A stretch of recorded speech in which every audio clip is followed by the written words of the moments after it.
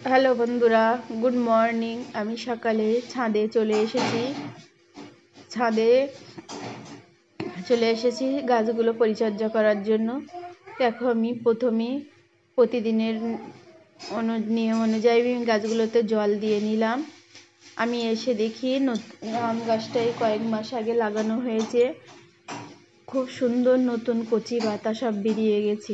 আম গাছের নিচের টবটাতেই আমি পালং শাকের বীজ দিয়েছিলাম, সেগুলো থেকে কত সুন্দর সুন্দর পালং শাক বেরিয়েছে। পালং শাকগুলো প্রায় বেড়েই উঠেছে, খাওয়ার মতো হয়ে গেছে। এদিকে এই গ্রো ব্যাগটাতে আমি লঙ্কার চারা বসিয়েছি, তার মধ্যে আমি আবার ছোট ছোট পালং শাকের বীজ দিয়েছিলাম। পালং শাকের বীজগুলো ছোট ছোট অঙ্কুরিত হয়ে গেছে।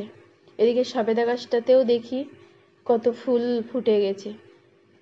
এগুলো পলিনেশন করেছি, দুই একটা ফুলে আমি পলিনেশন করিয়েছি।